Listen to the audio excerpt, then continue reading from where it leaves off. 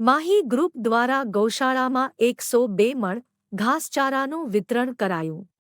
માહી ગ્રુપના સેવાભાવી સભ્યો દ્વારા દરેક ધાર્મિક તહેવારોની ઉજવણી વિવિધ સેવા કાર્યોના આયોજનો દ્વારા થતી હોય છે ત્યારે સાતમ આઠમના તહેવાર નિમિત્તે માહી ગ્રુપના સેવાભાવી ટ્રસ્ટી ઘનશ્યામભાઈ મહેતા પરિવારના સહયોગથી રોહિતસિંહ બાપુની આનંદ ગૌશાળાએ ગાય માતાને 51 મણ ઘાસચારાનું વિતરણ તેમજ માહી ગ્રુપના સક્રિય સેવાભાવી સભ્ય ડોક્ટર સુરેખાબેન શાહ પરિવારના સહયોગથી 51 મણ ઘાસચારાનું વિતરણ ગાયમાતાને કરવામાં આવેલ તેમજ શ્વાનને દૂધ અને બિસ્કિટનું વિતરણ પણ કરવામાં આવેલ જેમાં માહી ગ્રુપના સેવાભાવી સભ્યો